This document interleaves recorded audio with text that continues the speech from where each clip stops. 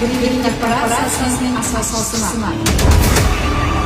Shuy, olqishlar sarososida O'zbekiston mehmon.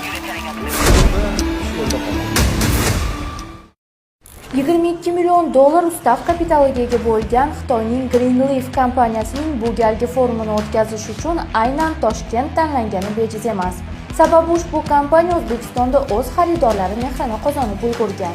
Buni forumga tashrif buyurgan iste'molchilarning sanog'idan ham bilsa bo'ladi. Eng avvalida shuni aytib o'tish lozimki, Greenleaf kompaniyasi shu vaqtgacha 10 ming ayolni ish bilan ta'minladi.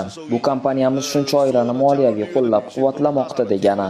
Greenleaf 5 mingdan ziyod mahsulotlar ishlab chiqarsa, o'zbek ayollari kompaniyamizning deyarli barcha assortimentidan foydalanmoqda.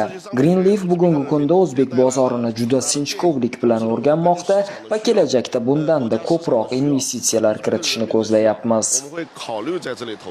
Kosmetika va go'zallik mahsulotlari ishlab chiqaruvchi Greenleaf forumiga nafaqat mezbonlar, balki Qirg'iziston, Qozog'iston, Turkmaniston kabi qo'shni davlatlardan ham iste'molchilar ishtirok etishdi.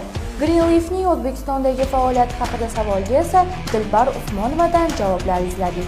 O'zbekistonimizda Humo Arenada shunaqangi bir chiroyli tadbirimiz bo'lib o'tyapti. Albatta bu joyda 10 mingga yaqin bizni mamnun iste'molchi hamkorlarimiz hozir tashrif buyurishgan va Xitoy Respublikasidan ham investorlarimiz tashrif buyurishgan.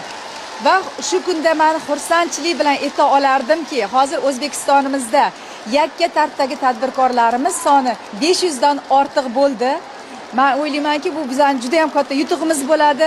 Xudo xolasa yil oxirigacha 1000 ta tadbirkor, ya'ni yakka tartibdagi tadbirkorlar sonini ko'paytirish hozir niyatidaman. Greenleaf kompaniyasining 4-forumi kuy-qo'shiqlar, dilbar raqslar va ishtirokchilar faolligi bilan chinakam shouga aylanib ketdi.